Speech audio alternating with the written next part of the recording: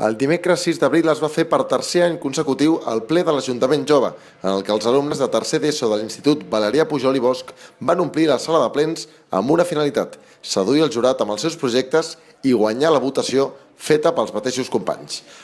L'Ajuntament va oferir-los la possibilitat de subvencionar els projectes en forma d'activitat lúdica o cultural que es poguessin complir i que sortissin guanyadors. L'acte va començar amb la rebuda als alumnes per part de l'alcalde Josep Tirador i dels regidors Alejandro Costa, David Rovira i Emma Escolano.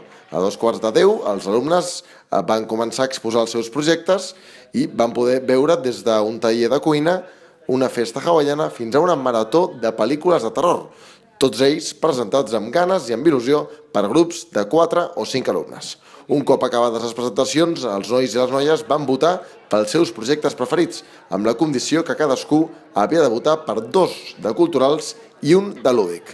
Així és com va valorar la tècnica de gent jove de l'Ajuntament les exposicions fetes pels alumnes. S'han qüestionat durant força temps que era lúdic i que era cultural, que això també ens interessava perquè veiessin les diferències i què podien fer i què afectava la població segons les ordenances municipals, que a vegades fer participació i fer activitats per joves costa de fer veure després la feina que hi ha darrere, i aquesta part ha sigut important, que l'han treballada. Un dels professors dels alumnes també es va mostrar orgullós de com havien sortit les presentacions. Bé, sempre es poden implicar més del que s'impliquen, però Déu-n'hi-do. Han estat uns quants dies treballant a classe, molt intensament. Entre ells ja han fet una criba, els projectes que s'han presentat aquí ja són una selecció que s'ha fet a la classe i, per tant, hi ha hagut participació. Mentre els dirigents polítics i els delegats de cada classe comptaven els vots, els nois i les noies van sortir a esmorzar i a intercanviar opinions sobre els projectes. Els 3 guanyadors van ser el projecte de cinema a l'aire lliure, la festa sobre la història de la música i el divertit joc Paintball. Per a Mea del Mèdia va poder parlar amb els 3 portaveus dels 3 grups guanyadors. Jo he presentat un projecte de paintball amb una segona opció de futbolín gegant, que 2 grups, o sigui, tercer A i tercer B, estarien fent, per exemple, el paintball y un altre estaría fent el futbolín humà.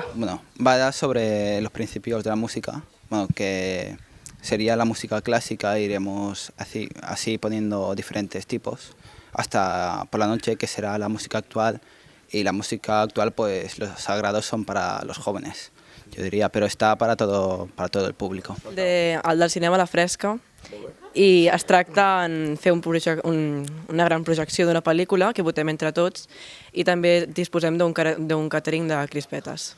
El següent pas serà polir els detalls de les presentacions i haver-les d'exposar en un ple davant de tots els regidors de l'Ajuntament i, sobretot, que gràcies a la subvenció del consistori el projecte es pugui tirar endavant. Un any més es va demostrar que el plenari jove és una bona forma d'acostar la política als joves, així com d'acostar els valors democràtics a partir de la pràctica en primera persona.